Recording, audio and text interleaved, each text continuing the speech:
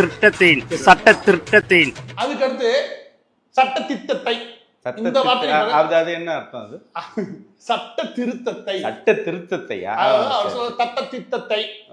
திட்டத்தை அது எதுக்கு தலையார் சட்ட திட்டத்தை?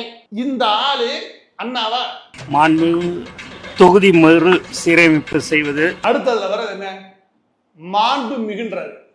மாண்பு மிகுன்னு யாரே சொல்ல போறாங்கச்சா மாண்பு மிகு தொகுதின்றாரு. தொகுதிக்கு மரியாதை கொடுக்குறாரு. இதெல்லாம் கேட்க கேவலமா இல்லையா? மாண்பு மிகு தொகுதின்னு எவனா பேசி கேள்விப்பட்டீங்க? இந்த உலகத்துல கேள்விப்பட்டீங்களா? நீங்க யோசிச்சு பாருங்க. இது அப்படியே கூகுள்ல போடுங்க, கூகுளே குழம்பிடும். நீ என்னடா பேசுற ராஸ்கல் கேட்கும். அந்த அளவுக்கு பேசி வச்சிருக்காப்ல.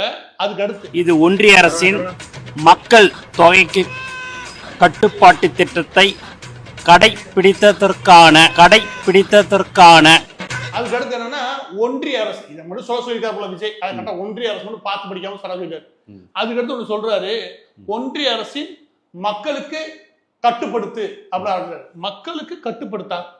மக்கள் தொகைக்கு சரி கட்டுப்படுத்திய இதுதான் விளங்குதா? ஒரு வார்த்தை ஒரே ஒரு வரி ஒழுங்கா நீ பேசுங்க. இந்த ஆள் அண்ணாவா எவன்டே சொன்னேன்னு வச்சுக்கவேன். அந்த காலத்து அரசியல்வாதிகள்கிட்ட கழட்டிருக்கேன் கால் இருக்கிறது. எங்க தலையெழுத்து இந்த மாதிரி ஆளெல்லாம் ஒன்று சேர்க்க வேண்டியிருக்கு. நீ பார்த்து படிக்கிற அதுக்கே தங்கப்ப தக்கன்னு படிச்சுக்கிற.